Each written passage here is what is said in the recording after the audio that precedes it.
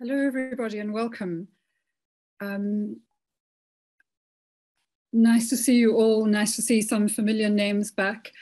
I'm afraid today, Zippo, who usually chairs these sessions, has to be at a funeral. So I'm doing it on her behalf today. My name is Bridget Thompson. I'm from the Art and Ubuntu Trust.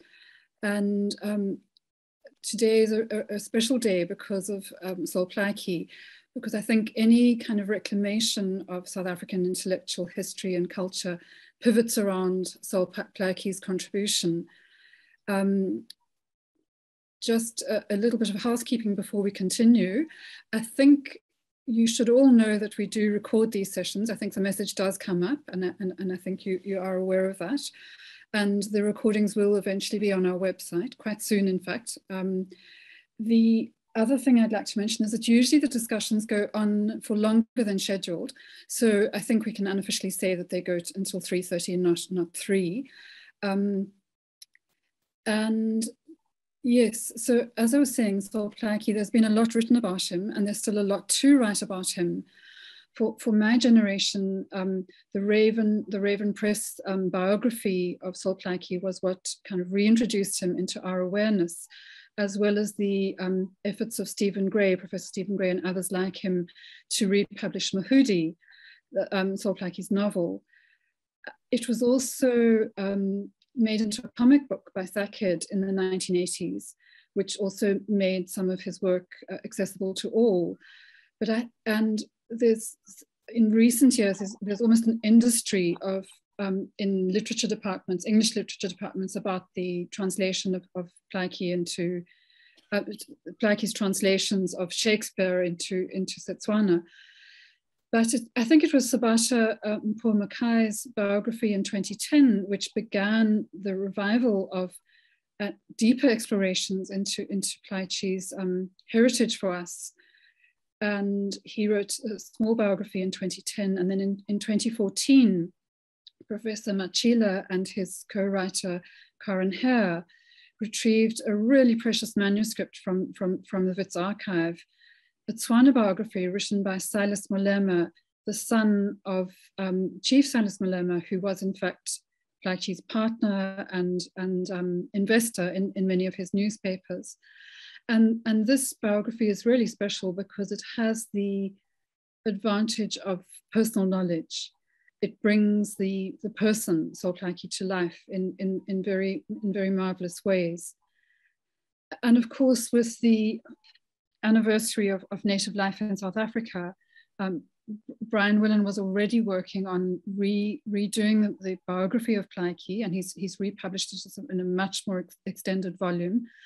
And he worked with Sabata on republishing some of Plaatje's writings, and publishing for the first time in book form some of Plaatje's writings. And he also worked with the late Becky Peterson, Professor Becky Peterson, and Janet Remington on a book commemorating native life in South Africa, looking at it at its past and its present. And Zippo, who's not only the chair of these sessions, she's also the curator of the program and the curator of the speakers. One of the first people she identified to speak in these sessions was Professor Becky Peterson, who passed away on the 16th of June. And we miss him. We would dearly have loved him to have been part of these discussions. In an article called Conversing Across a Century, which reflects on his contribution to this particular book, looking at native life in South Africa, he highlights the values that Plaatje held dear and that Plaatje put forward in his newspaper articles, in his political activity, in his collection of proverbs and translation of them into many languages, in his novel. And it was these values that caught our attention as filmmakers. Our question was, what were the values that shaped Sol Plaatje?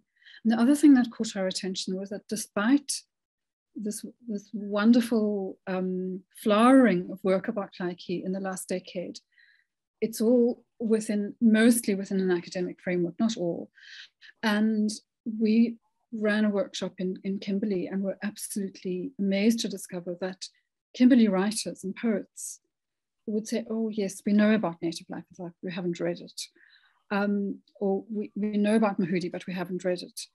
And I hope that's changed now, that Sol Plaatje University has opened in Kimberley and Sabata's teaching there, but that was the case not so long ago.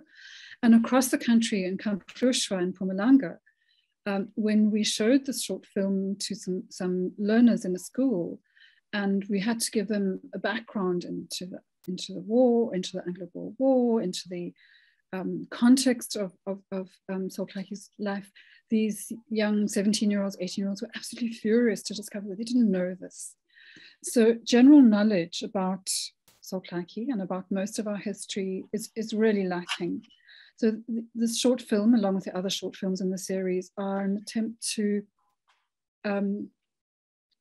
bring some of the values that shaped some of these important people in our history to light. So with that, I think let's start the film. And it's a short film. It's an introduction. It's an exploration of what might have made Sol Plaatje the person that he became, and the person who left us this extraordinary legacy of writing and values. Thanks. Over to the film now. Oh, sorry. If I could just say that, I'm sorry, I'm not practiced at this. We are more than happy to have with us today Professor Matjila. I think he hasn't quite joined yet, but I'm sure he'll join. Sabata has joined us and will be with us, and will speak a little while later, as well as two poets, Vuyokazi and Ngemntu, and Mthethwa. So they will be. I've joined, Bridget. I'm with you. Oh, Matjila, thank you. Yes. Lovely to see you there. Great. So now we can play the film. Everybody's here. And thank you.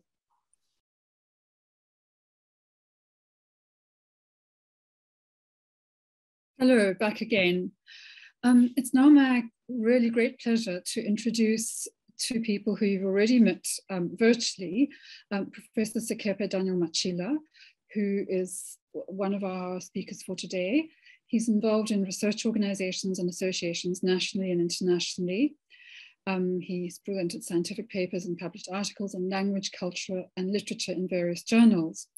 As I mentioned earlier, in 2014, Lover of His People, written in Setswana by Setsile Molema, the son of Chief Silas Molema, Plaatje's business partner, was compiled, translated, and edited by Professor Matjila and Professor Karen Hare, who I'm very happy to note is here today as well. Thank you. And this translation won the English Academy of Southern Africa Sol Plaatje Prize for Translation. Professor Matjila is also the co-author, together with Professor Hare, of Bringing Plaatje Back Home, a book which explores the indigenous influences and significant motifs in Plaatje's work. In April, amongst other awards, in April 2016, Professor Matjila received a research award from SAAPP in Gaborone, Botswana, for his contribution to the development of research in the field of cultural history, language, and literature of Botswana. He's currently a professor in the Department of African Languages and head of the Center for Pan-African Languages and Cultural Development at the University of South Africa. Welcome, Professor Matjila. And I'd like to also introduce Mr. Sabata-mpho Mokae, who is an academic, novelist, and translator. He's the author of a biography, also, as I mentioned earlier, The Story of Sol Plaatje, Sol Plaatje, 2010, and his own novels, Ke Modisa, 2012, Dekiledi, 2014, and Moletlo wa Monong, 2018. In 2014, he was a writer in residence at the University of Iowa in the United States, where he's now an honorary fellow in writing. He's also translated two children's books by Kina Mhlope, Dinana Tsa Africa, Tales of Africa, and Semaka Sa Dinana, Our Story Magic from English to Setswana. In 2020, also as I mentioned earlier, he co-edited with British colleague Professor Brian Willan two academic books on Sol Plaatje, one called Sol Plaatje's Mahudi, History, Criticism and Celebration, as well as Sol Plaatje, A Life in Letters. He teaches creative writing at the Sol Plaatje University in Kimberley, where I'm sure he's having an impact on greater awareness in the Kimberley area of Sol Plaatje's heritage. We also have with us today two poets, both from Nyanga in Cape Town. Mthethwa Mzongwana, I'm not sure if he's actually signed in yet, is a poet and a facilitator at the Nyanga Art Center, where they work with a number of artists who go to schools to share teaching about art and culture. And he's a longtime activist in culture. And we're also joined by Vuyokazi and Ngemntu, whose alias is Deja Vu Tafari. She is a poet whose work fuses physical theatre, storytelling, and music, who explores indigenous knowledge systems with the hopes of making art that inspires and heals the African collective psyche. Her poetry has been longlisted for the Sol Plaatje European Union Award and published in their anthology in both 2016 and 2017. She's also facilitated creative writing and drama lessons at the Magnet Theatre. Welcome to all of you. And can we start with Professor Matjila? You're here. It would be lovely if you can switch your camera and your mic on, and I'll switch mine off. All the best.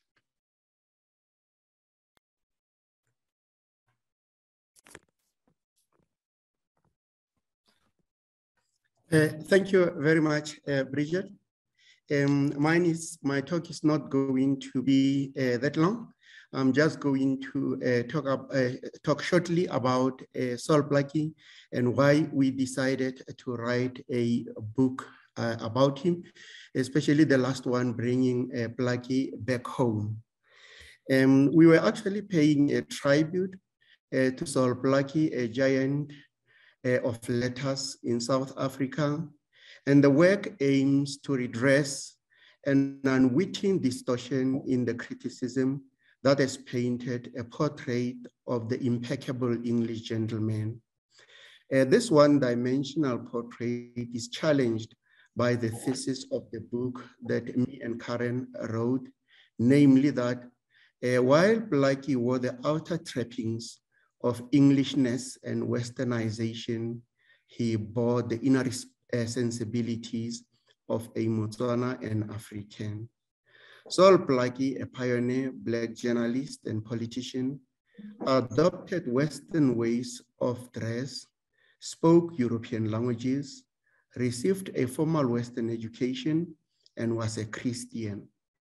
As we seek to demonstrate in the book we wrote, however, his worldview, his ideals, his character, values, and life work were informed by deep rootedness in his Setswana and African culture. Constrained to negotiate life as a perpetual subordinate in a world of white dominance, Plaatje turned hybridity to his advantage, elevating to equality of African people, especially the worker. African language, for grounding Setswana proverbs in his African culture, highlighting the occupation of cattle heading, the institution of Bukhosi chieftaincy, and cultural virtues Ubuntu and Buikobo moderation. Whereas scholarship has tended to focus on Plaatje's publication in English, especially Mhudi, the scope is broadened to his less well-known English texts and further begins to look at his bilingual Setswana English and Setswana text. Not Western text, but Setswana oral literature, proverbs, traditional poetry, and folk tales, as well as modern written Setswana literature in the generations following Plaatje. These works are actually used as evidence and support of the claims. One chapter models the analogy as a methodology based on an African worldview. This innovative methodology has implications for the field of African literature with its perennial quest for alternatives to Eurocentric criticism.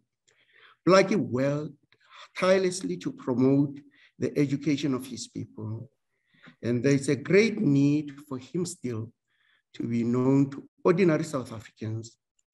Our book was actually intended for ordinary South African reader and in international arena for first-year tertiary learners as an introductory text to Plaatje in comparative literature, South African literature, and even African studies.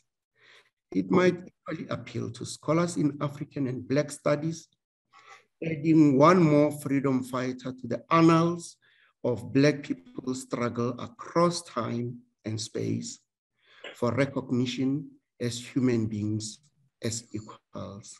Yeah, thank you very much, Bridget. Thank you, Professor Matjila. Thank you for that introduction. And it's good to hear about your intention with the level of the book. Certainly that's a very important level to reach. It's now my pleasure to introduce Sabata-mpho Mokae. He has indicated that he's having some problem with his connection, but let's see how it goes. And I'll switch off my camera and my sound and let you have the floor, Sabata. Welcome.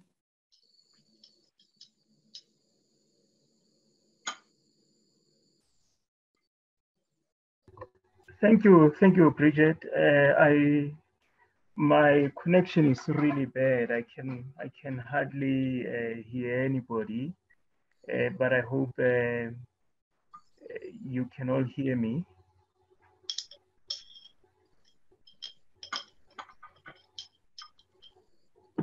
Can you hear me? Yes, we can, Mr. Sabata, we can.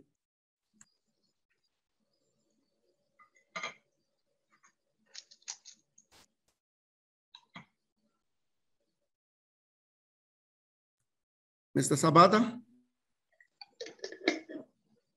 Yes, we can hear you clearly, so please go ahead.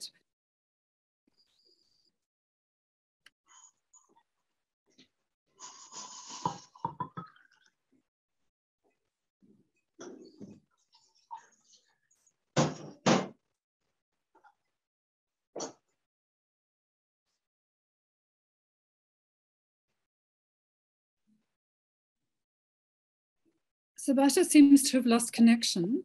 So I'm thinking that perhaps oh no, he's back again, So Sabata, we were hearing you clearly. So please just switch your mic on and go for it. We were hearing you loud and clear.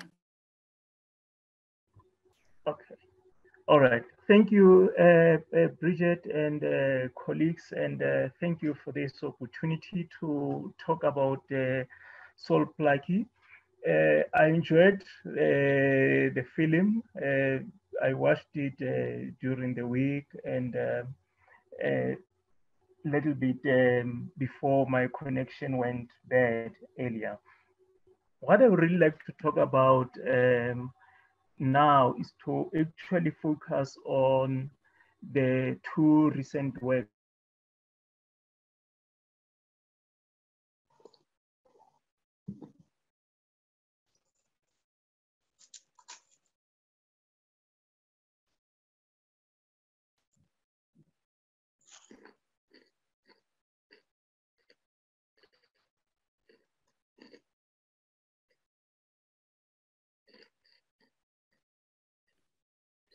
Sabata, we lost you, and it seems that your mic is muted. Maybe just keep an eye on the muting of your mic, but we lost you just after you said you wanted to focus on the two recent works. I hope you'll be able to come back again. I think I'm on again now. Can you hear me? I think I should be. Yes, we can, Sabata. You are clear. Yes. Thank you. Thank you, Prof. Thank you, Prof. Yes, colleagues, I was saying that if you remember well that last year, the year 2020 marked 100 years since Sol Plaatje published or wrote Mhudi, and we then put together a compilation titled Sol Plaatje's Mhudi, History, Criticism, Celebration, because we wanted to bring attention to this important novel. Sol Plaatje was the first Black South African to write and publish a novel in English. And that was really very, very important at that time. And what prompted Brian Whelan and I to try and bring people's attention to this novel was to see whether 100 years later, Sol Plaatje's Mohodi is still relevant, whether 100 years later, people are still interested about it, whether the text that he produced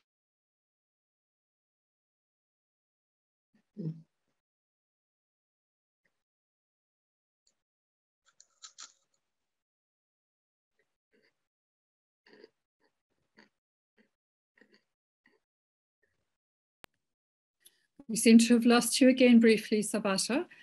We heard you last when you said whether the text that he produced.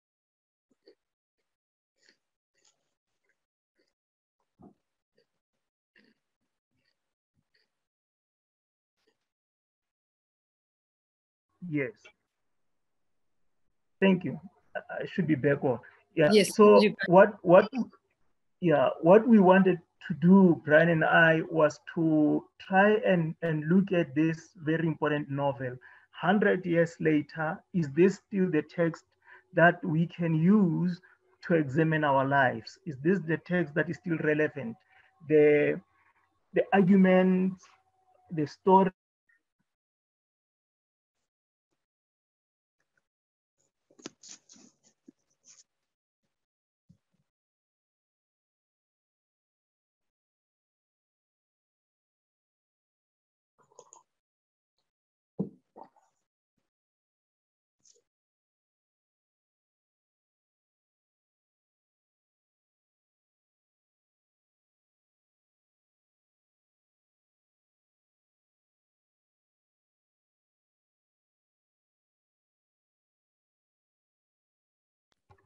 I really apologize for this terrible connection. Yeah, I was saying that we then had people looking at Mohodi from different angles. For instance, we had a Tshekisho who argued that Sol Plaatje wrote Mohodi, which is historical fiction, to address the history that was fictionalized at that time, the history of Black South Africans that was fictionalized at that time. Yeah, God, something's going on.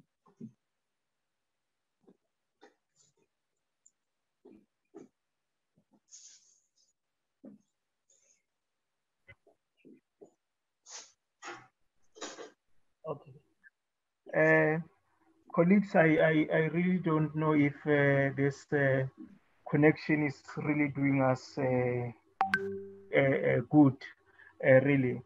And yeah, so we had a Tshekisho arguing that Sol Plaatje wrote historical fiction to address fictionalized history at the time. And then we had Jenny Dupree, who argued that Mohodi is a feminist novel. Remember very well that at that time,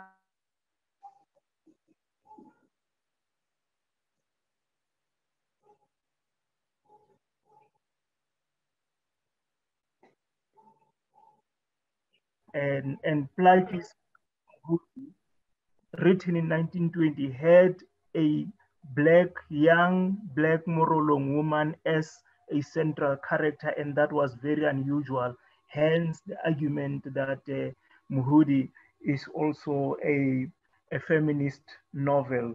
Lesego Malepe also then looked at the issue of land, because there has been suggestions, colleagues, that Sol Plaatje wrote Mohodi to some extent as a continuation of native life in South Africa, because native life in South Africa was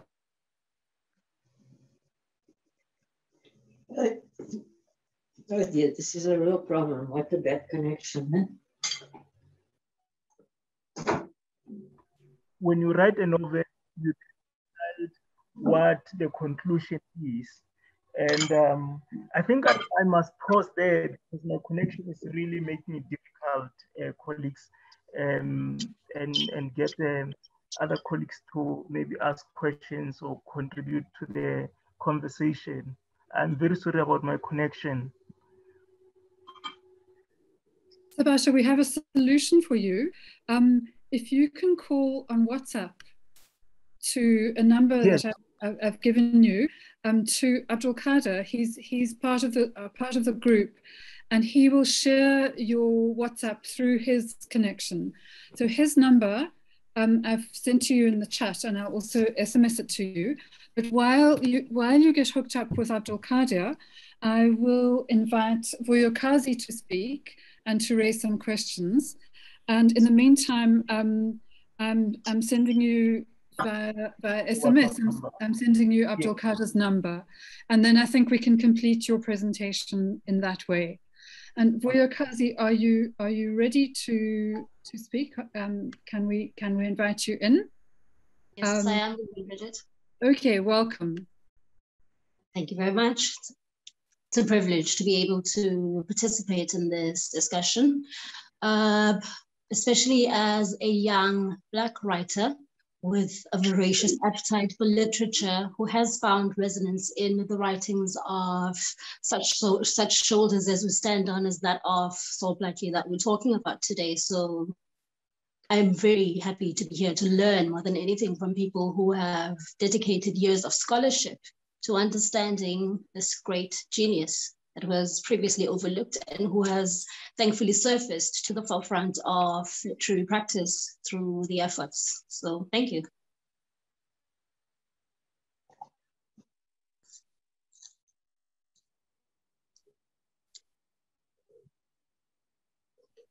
We're delighted to have you, Vuyokazi. Would you like to pose any questions to Professor Matjila and to Sabata?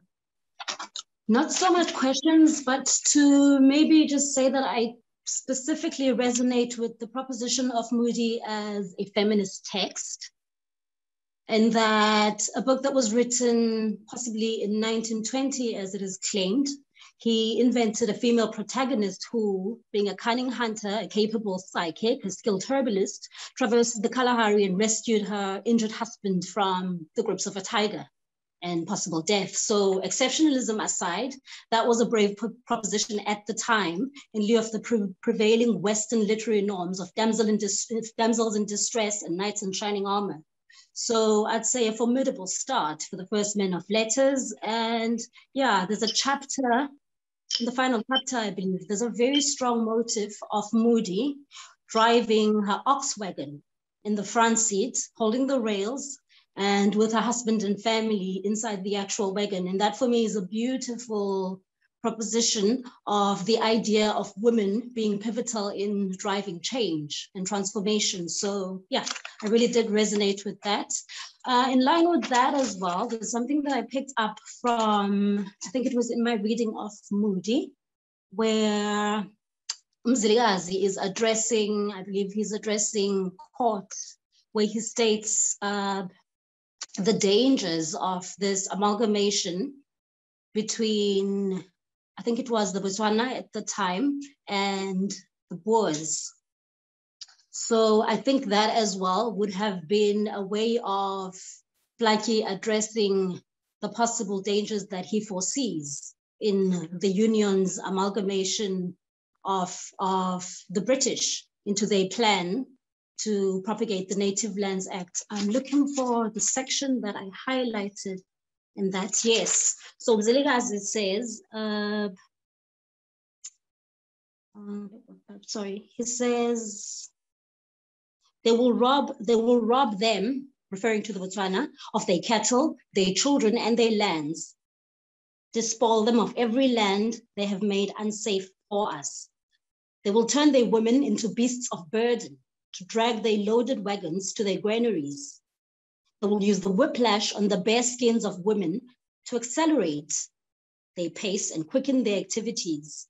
Again, for me, that strikes me as a commentary on the unfair labor practices and physical and economic abuse that was levied upon Black women at the time under white rule, and warns of the, I don't know, he warns of, he foresees that this could be something that is further perpetuated through the Native Lands Act and through the other unjust laws that were being proposed at the time. So that for me was something as a woman that I found representation in, especially in how he used his position as a writer to use his characters to bring about these contrarian views. So there is that. I could go on about other things that I have picked up, time notwithstanding. How are we doing, Bridget?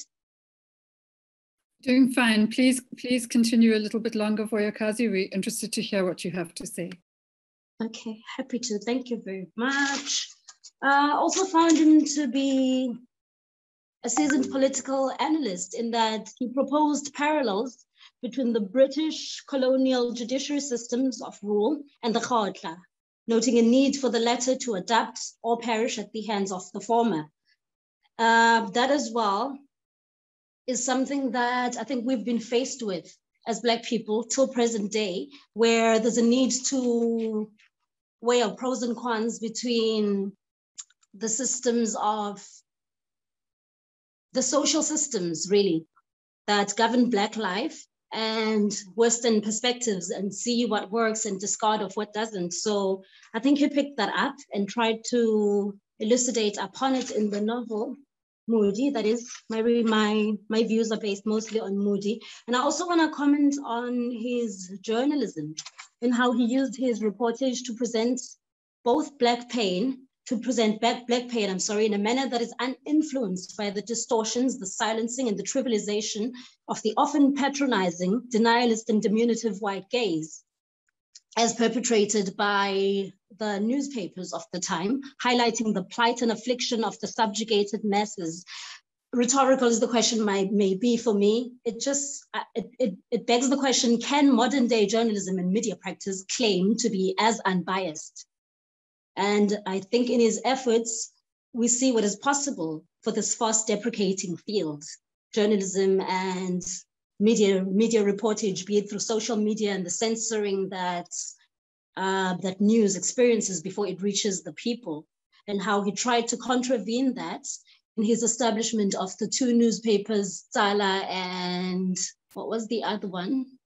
Yes, the two newspapers that he established, in how he used his position of proximity to whiteness as achieved in his work in the judiciary to not only understand and break down the Black condition, but to also then be able to posture himself as a writer, as a political activist in favor of propagating for equality, in favor of propagating for the land rights and the humanity of the Black masses.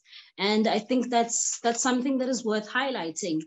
And that's something that we need to ask ourselves then, as people who participate in any kind of media practice, are we maximizing on the groundwork that was laid out already 100 years ago, with us having the benefits of such tools as social media, such tools as GoFundMe campaigns, and everything that we have at our disposal right now?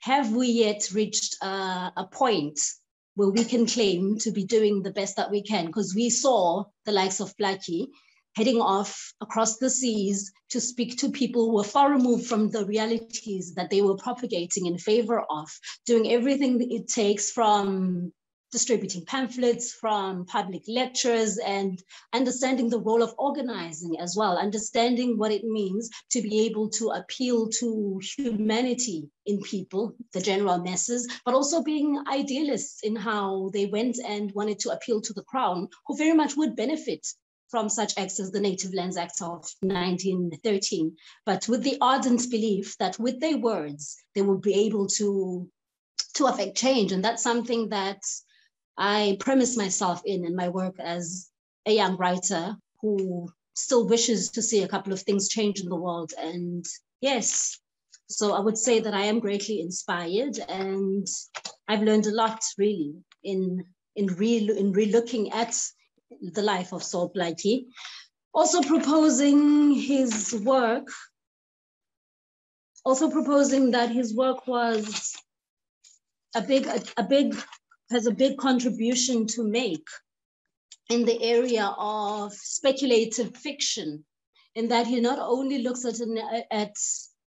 at historical events that took place over 100 years ago, he also reimagines the sequence of events in order to highlight the story that he wants to tell, to propose a different outcomes, to expand the collective imaginarium of what is yet possible in bringing to the surface points of view which were possibly obscured by using his characters, by using his distortion of chronology and timelines, and just highlighting everything that he needed to in order to further the cause that it is safe to argue was possibly not achieved when they went as a delegation to address the British, but then furthering that and seeing the role of literature as a tool for propagating change, which I would then liken to what was spoken of his name, Tshekisho, one who brings about enlightenment. There was an explanation that leaned towards that I think is consistent with that he understood the role of literature in the failure of his ardent political activism at the time, the role of literature and fiction in changing then the mindsets of the time and in doing the best that he can to propagate these radical viewpoints that he had of the humanity and equality that was due to Black people and not afforded because of the prevailing laws, that he took it upon himself to stand and just contest laws that were above his personal capacity to change as a Black individual, but also understanding that the word itself has the power to further those sentiments and maybe then incite change. I think that's me. Thank you, Vuyokazi. You raised a number of important aspects and dimensions of Sol Plaatje, and the one that I'd like to just highlight before we continue, because I'm hoping that while we're chatting that Sabata's hooking up with Abdul Qadir on WhatsApp, but the fact that he just got down there and organized, he got on his bicycle and rode around and collected the stories. He went to England and addressed hundreds and hundreds of meetings, kind of a proto anti-apartheid force all of his own. He not only wrote the articles for his newspaper and edited it, he also operated the printing press and distributed the newspaper. And it was through distributing the newspaper that he became familiar to the whole of South Africa. He was conversant in many languages of South Africa, apart from many European languages as well. And that was why he was elected as the first Secretary General of the African National, or the South African Native Congress, as it was called in 1912, was because he had that extraordinary organizing capacity. And so, yes, he left us an extraordinary literary heritage, but he also left an amazing organizing and tools of organizing and commitment of organizing heritage. There are two comments that have come through on the chat, and I'm not going to invite Sabata back until we know whether he has been able to hook up with Abdul Qadir through WhatsApp so that we can hear him consistently. But there are two questions on the chat, one from Imru Bakari, and he said, would Matjila be able to speak further on Plaatje's time in London, perhaps his contact with the Black figures of the time, for example, Harold Moody and African students? And there's also a comment from Vusi Mchunu. He says, Siyabonga Vuyokazi for highlighting the relation between historical fiction and actual history. Plaatje went on to collect documentary and feature films on the Black struggle in Canada and the USA, came back and screened the films in community halls and churches. So what you are reminding us is the centrality of imagination in the struggle for freedom by Plaatje. And Sabata says he's back and he'd like to comment on Vuyokazi's remarks. So I think let's start with Sabata, who hasn't had his time yet, and let's hope his technology will be working. And when Sabata's finished, we'll go back to the other comments in the chat. Welcome back, Sabata. Thank you so much, Bridget. I appreciate Vuyokazi's comments. They touch on very important things. One that I want to go back to is a feminist novel. Remember that, at that time, 1920, it was not fashionable for men to write creative work with women at the center, and women who shattered all the myths of male superiority. And what we saw with Muhudi there, Muhudi was not only brave, she was also very wise. She calculated much better than many men in that novel. So that is actually very, very important. And that is what makes Muhudi relevant 100 years later. The other thing that Vuyokazi touched on is Plaatje's journalism, which is very, very important. Remember, Plaatje started his journalism at the age of 23. He got to Mahikeng in 1898 to work as a court interpreter, and shortly after his arrival in the town, the war started. Mahikeng was besieged. He was exposed to war correspondence, and he started at that time being interested in journalism. And I think Plaatje was a pioneer not only of independent Black journalism at that time, because remember that Koranta Bechuana, unlike other African language newspapers in the country at the time, it was wholly owned by Black people. It was not financed by parliamentarians in the Cape Colony Parliament, like Invoza Bansundu, for instance. Silas Molema and Plaatje purchased the printing press and ran the paper as their own at that time. And that independence was extremely important. So that's the first thing. But the second thing also, Plaatje then exemplified or pioneered what we now call long journalism. Basically, the book, The Mafeking Diary of Sol Plaatje, which he wrote as a war diary and kept, and until it was found or discovered by John Komarov in 1969, was a form of long journalism. And it was on the basis of that book, largely, that the war's name got to be changed from Anglo-Boer War to South African War, because Plaatje chronicled the participation of Black people of Barolong in that war, not only as spies, but also how they were affected, how the food rationing dealt them bad at that time. So these are the two things that Vuyokazi touched on that I think were very, very important that I wanted to comment on. Thank you, Bridget.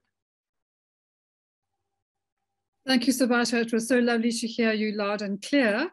And I'd like to now go back to the question that Imru Bakari posed. Is there anybody, perhaps Professor Matjila or anybody else here, who could comment on, speak further on Plaatje's time in London and possibly his contact with the Black figures of the time, for example, Harold Moody and African students?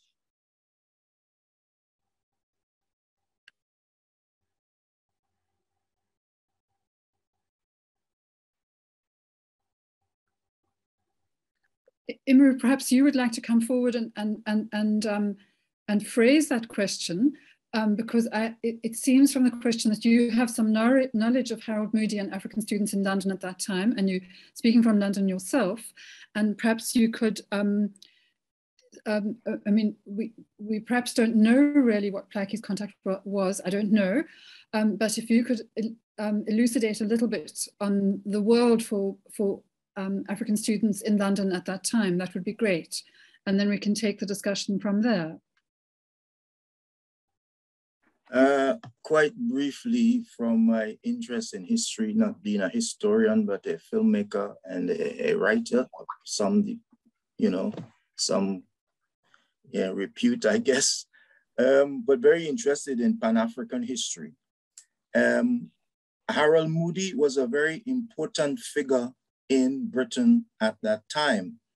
And if we recall, he formed one of the first, or probably the first, we don't like that necessarily, that word first is always problematic in many ways, but historically, because of the history of Black people in Britain, particularly in the 20th century, Moody came from Jamaica in 1904, I think, to study. He was a physician, he was a doctor, and he qualified in just after that and started a practice in South London. He is famous for his work of organizing the Black community of the time, and in many ways being part of a seminal formation of a Pan-African community in London. He had an organization called the League of Colored Peoples. And of course, subsequent to that, the 1914 war, a lot of Black servicemen came to London or served in the forces and began to embellish in a way and that community. After that, of course, there were significant developments around West African students in particular coming to study in Britain. And there's histories written by people like Hakim Adi and others about the West African student movement in Britain from the post-war, post-1914, particularly in the 1920s, and of course, leading into the 1930s. So if he was here during that war period, and I think, you know, he would have no doubt not only spoken to, you might say, white liberals or philanthropists, but he would have been part or been in contact with that kind of what you might call activism of a Black community, urban Black community in London at the time. So I find it very interesting that his presence, somewhere in his presence, there might have been that significance of that Pan-African sensibility, which then of course led to the 1945 important conference in Manchester, out of which, in a way, African independence post-1945 was more or less born. So that's that was a comment, and I don't have any. I know there is I've just made a cursory a look at a book I have next to me here, and it talks about Plaatje being a visitor. He has one small mention in a book called Staying Power, The History of Black People in Britain by Peter Frere. Quite interesting reference book. But he has a very minimal reference and nothing really substantial, but his presence is recorded in some way. So the historians might have ways of interrogating that further. Thank you. Thank you, Imru, very much for that input. It's very interesting indeed. And if it hasn't been explored yet, it opens up another area of research that we really need to follow through on Sol Plaatje's time in London. While I'm waiting for anybody to indicate whether they're able to comment on that, I'd just like to mention that two things about his time in London. One was that it was an extraordinarily painful time, and the person who organized most vociferously against him, as Brian Willan mentions in the film, was the General Secretary or the leader of the Anti-Aboriginal Society. And that was the person who was most vehemently trying to prevent him from publishing Native Life in South Africa. And he experienced extreme poverty, extreme difficulty just surviving. It was really an enormous struggle to get the book published. There were some Cape liberals who helped him, who were based in London, who helped him. But the people that he addressed meetings, and he addressed, as Brian Willan said as well, he addressed hundreds of meetings. They were mainly working class British people whose support he was trying to garner so that they could put pressure on the British Parliament, because it was the last legal way of, in any way, ameliorating the Natives Land Act, was the British Parliament could possibly have done something about it. And so he worked extraordinarily hard, addressing many meetings, but basically working people across England and the United Kingdom. I've just noticed in the chat that Professor Hare has acknowledged the presence of Dr. Richard Sabata-mpho Plaatje, descendant of Sol Plaatje. In fact, I noticed he was the first person to sign on, and I wonder if he's still here with us, but very great welcome to you. Thank you for being here. if you are here, yes, you are. I see you are still here. If you'd like to say anything, we would love to see you and hear from you. Is there anybody else who has anything to say on Plaatje's time in London? I mean, we do know that after the London experience, he then forged relationships with W.B. Du Bois. So he was part of the Pan-Africanist discourse at that time. There was one other thing that I was wanting to say about that period of the war, and it's an anecdote that I'd like to share. And that is that Governor Mbeki, who I had the privilege of interviewing, spoke very warmly about Mokae and how Mokae's ideas and political guidance was so important to his generation in the 1930s when they were fighting against the further tightening of the Native Land Act through the Hertzog bills. But he did say that that in the First World War, Mokae had encouraged Black South African soldiers to fight, but he then obviously changed his position. Of course, what happened with Amendi was hugely significant in that. But it's really interesting that in the First World War, we see Plaatje doing, I mean, he was a forerunner in so many ways of what happened later, because across Africa during the Second World War, there were many leaders who were involved in the war or who observed the war and who then started to use the issues of the war to start arguing for freedom for their countries. And Plaatje was doing that already during the First World War. He was such a forerunner in so many ways, such an example. And this brings us back to Vuyokazi. And if there's nobody who wants to come forward and talk any more about Plaatje's time in London or his reason for going to London, what he achieved there, what he didn't achieve there, I'd like to go back to Ruthie's comments and his praise of Vuyokazi for highlighting the relation between historical fiction and actual history. And if there's anybody who'd like to come forward and say anything more, or Vuyokazi, if you'd like to respond to Ruthie's comment. So there are two invites here. One is to Richard Tshekisho Plaatje, if he would like to say anything. Professor Matjila's got his hand up. I'm going to close my mic and open up for Professor.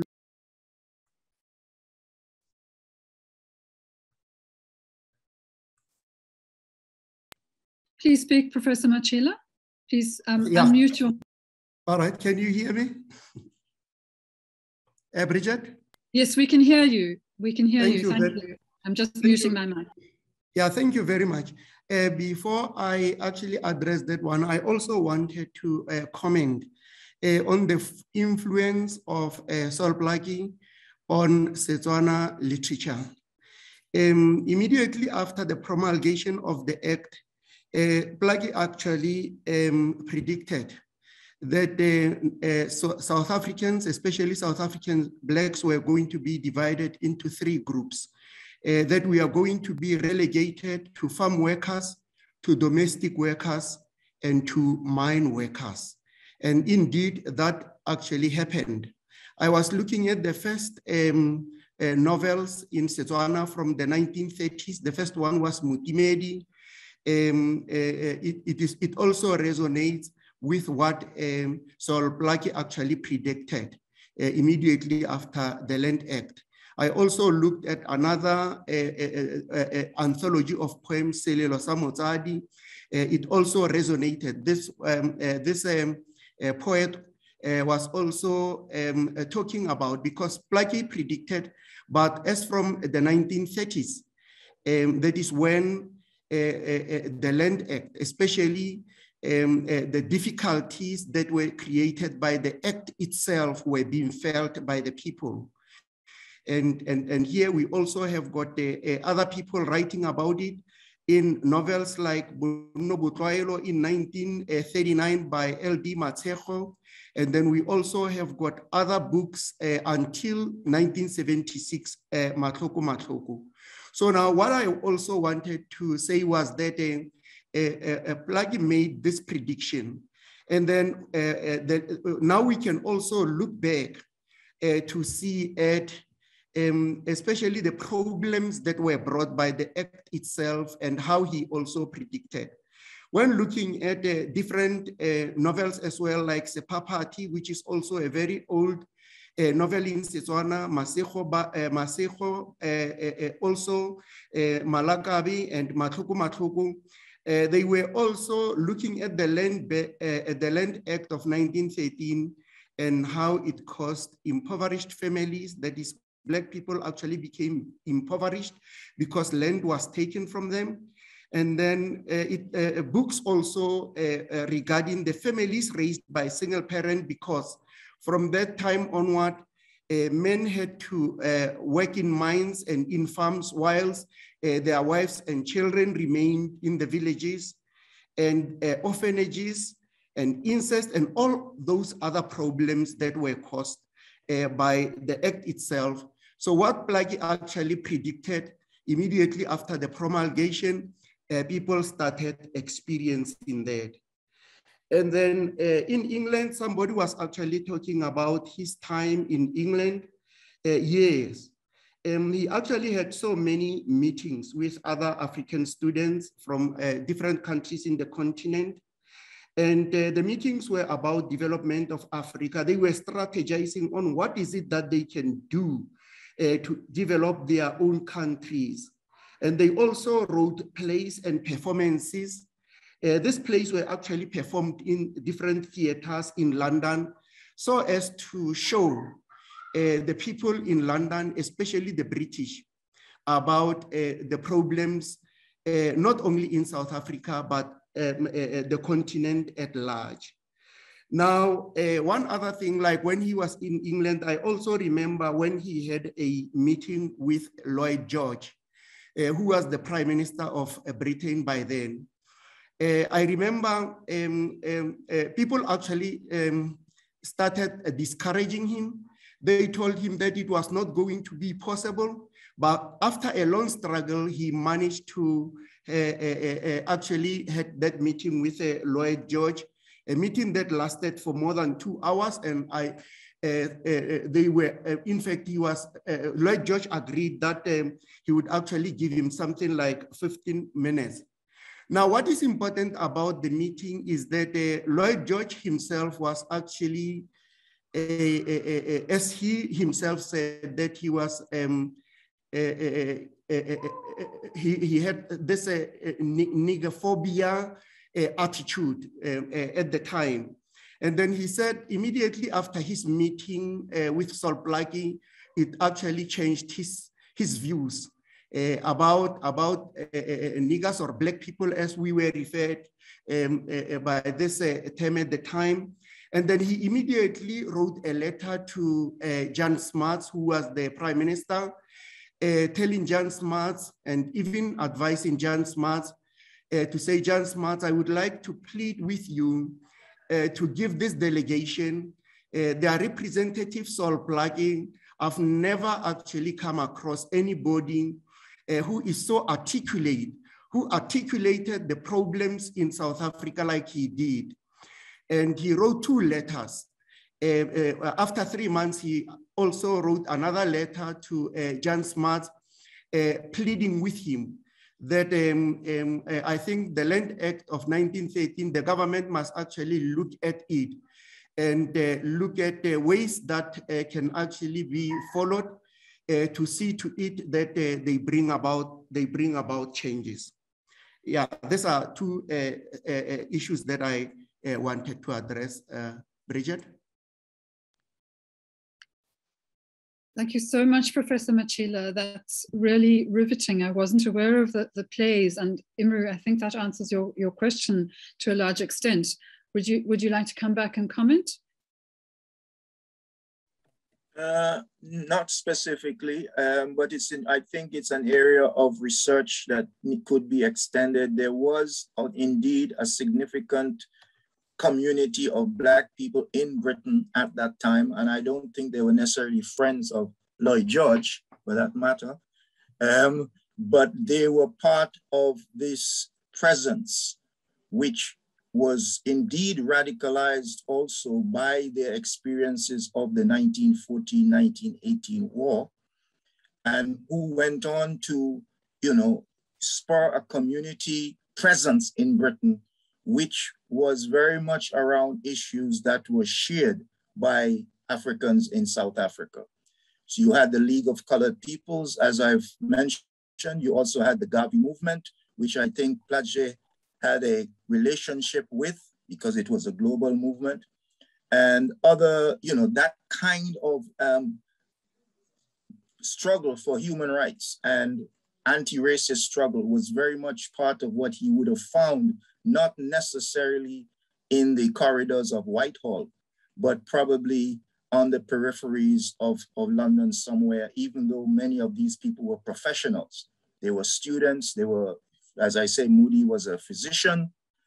And that was because they came there principally not as workers at that time. They either were ex-servicemen or studying to be professionals, perhaps future leaders of their countries, respective the Caribbean or in Africa. And publishing was very much part of that presence. Publishing newspapers was very much part of that presence. That's another common thread that could be considered somewhere, as well as the South African problem, which was becoming significant at that time in terms of popular politics, as it were. Yeah. Thank you, Imru, and Professor Matjila for allowing us to appreciate that period a little bit better. There's clearly, as I mentioned before, more research to do. Vusi has sent a reminder to everybody saying that Plaatje was also a pioneer in gramophone recording. He clanged the piano and sang Nkosi Sikelel' Africa in a particular historic recording. That is true. Is there anybody else who would like to make any comment about Plaatje? I'm just going through the speakers. If there's anybody there who would like to. Dinga, welcome. It's nice to see you here. Would you like to say anything from the point of view from your point of view? Sorry to put you on the spot like that. Welcome. No, Bridget, thanks to the speakers. I'm listening and learning. So yeah, thanks. Okay. If nobody else has anything to say, I've been making some notes while we've been talking, and can I invite one last round if there's anybody who has anything to say, any questions they'd like to pose. Otherwise, I'm going to do a kind of a summary of the various things that we, sorry, somebody's there. Fantastic. Professor Matjila, please come back. I'll switch my mic off so you can speak.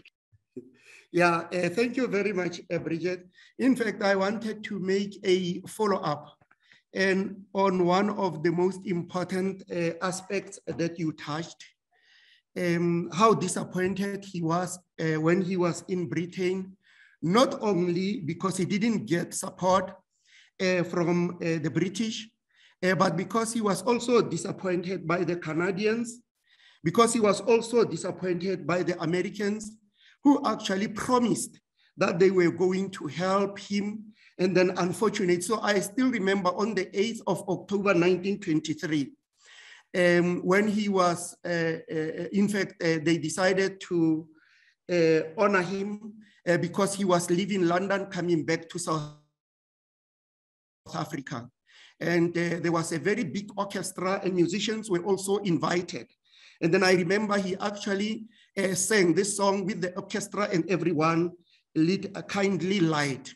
And then he actually, he was the leader on that one, but he was actually singing this song in Setswana, lit kindly light, amid the encircling gloom, lead thou me on, the night is dark and am far from home, lead thou me on, keep thou my feet, I do not ask to see the distant scene, one step enough for me. I just wanted to close because you actually raised this issue, which was very, very important, Bridget. Thank you. Thank you, Professor Matjila. And I'd like to ask Sabata and Vuyokazi if you have any last comments you'd like to make before we close. Are you able to join us again, Sabata?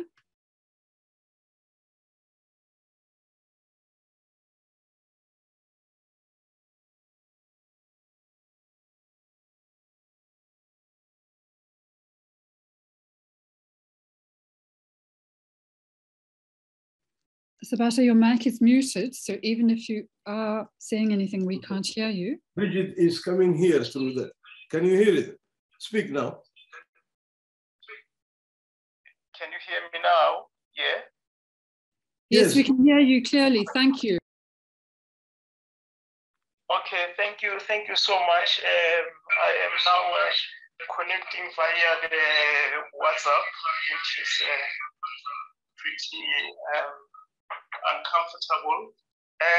So what I also wanted to say about Plaatje's time in London College was his achievements in regards to the development of Setswana as a written language, the work he did with the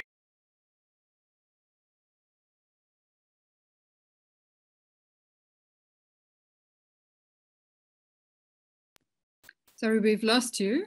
Setswana. In fact, you lost me? You're back again. Yes, you can go ahead, Sabata. We can hear you now, Sabata. Can you hear me? Yes, they can hear you. Yes. Okay, thank you.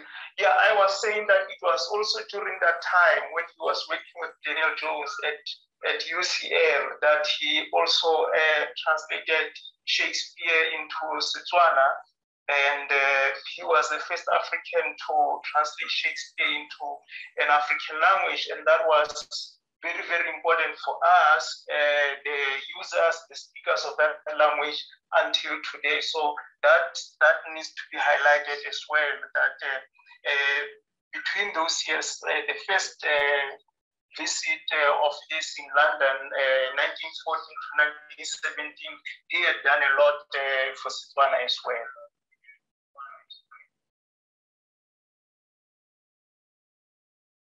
Thank you, Sabata. I think I can pause there, Bridget. Thank you, Sabata. Vuyokazi, is there anything you'd like to add before we close? Yes, thank you, Bridget. I keep on going back to the opening line of Native Life in South Africa, where he says, awakening on Friday morning, June the 20th, 1913, the South African native found himself not actually a slave, but a pariah in the land of his birth. So what that brings about for me is a realization of how poignant an elucidation upon the myriad devastating socio, psycho, and spiritual ramifications of the Native Lands Act, which in itself is tantamount to a generational curse on the bloodlines of Black people in Africa as a whole, but also diasporic Africans whose progeny still struggle under the onerous burdens of landlessness, of everything that is derivative of landlessness, such as poverty, economic exclusion, unemployment, depression, crime, and drug abuse. I think there was a point that was raised by Professor Matjila about the importance of land and land ownership to the lifestyle and practices of Black people, that in our disenfranchisement of that resource, much of what has gone wrong with our lives and our social strata can be and should rightfully be pointed out to have originated from such acts as the Native Lands Act. So again, highlighting the importance of not only this text, Native Life in South Africa, but the importance of such a voice as Plaatje is in centering our disposition within the current discourse of us trying to find out where it all went wrong and trying to come up with possible solutions, especially as a traditional African spirituality practitioner and a healer. I find that there's a great need for such texts as will confirm and substantiate the role that our political history has had on the current zeitgeist of Africa as a continent, but also on the lives, the individual and familiar lives of Black people in the present day, and lamentably still to replicate themselves. That's, I think, where I'll stand. Thank you. Thank you, Vuyokazi, for that very powerful closing, which brings us clearly to the present day. Just before the final thing, I'd like to just once again invite Tshekisho Plaatje to, if he wouldn't like to switch on his mic and his camera, and so we could greet you.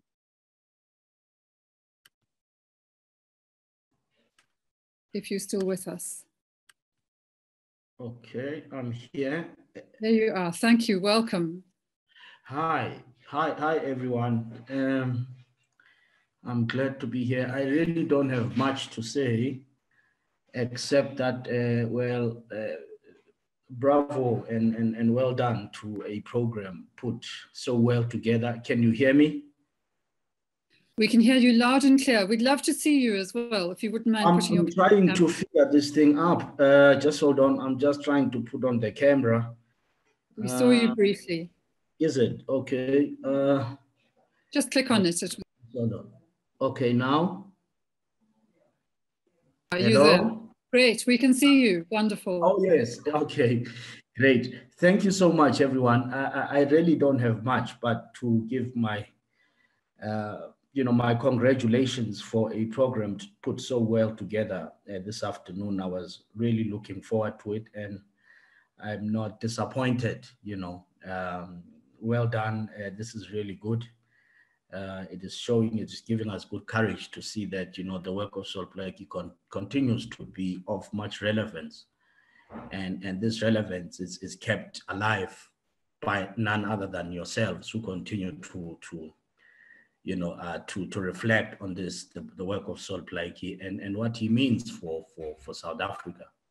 But of course, there's still other areas that still need to be explored with greater detail, especially his role in the area of Pan-Africanism, especially Pan-Africanism as conceived to be more about national sovereignty and the restoration of title to sovereignty to the indigenous people. I think there, there's still something still missing about his involvement beyond meeting people who could be assigned or people who could have been associated with that part of political inclination of Pan-Africanism. But I still think we still need to dig in very deep into that, more so since there's quite a number of critiques that are coming forth, beginning to question the history, going into the entire historiography of South Africa, South Africa's political trajectory, suggesting that, the ANC in the main have been actually nationalist more than Pan-Africanist, at least as conceived from what would happen in the 1940s of Pan-Africanism being conceived to be about total sovereignty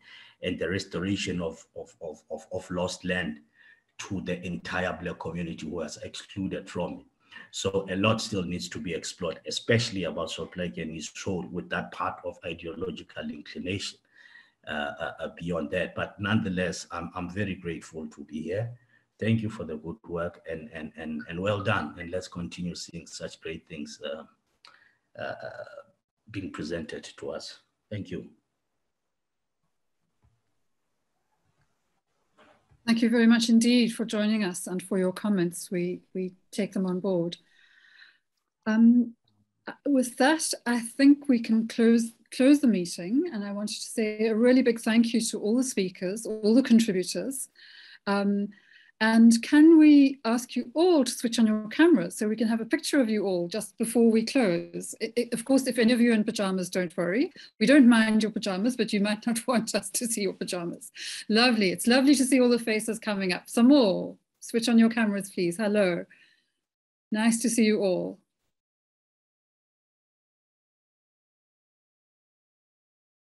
Welcome.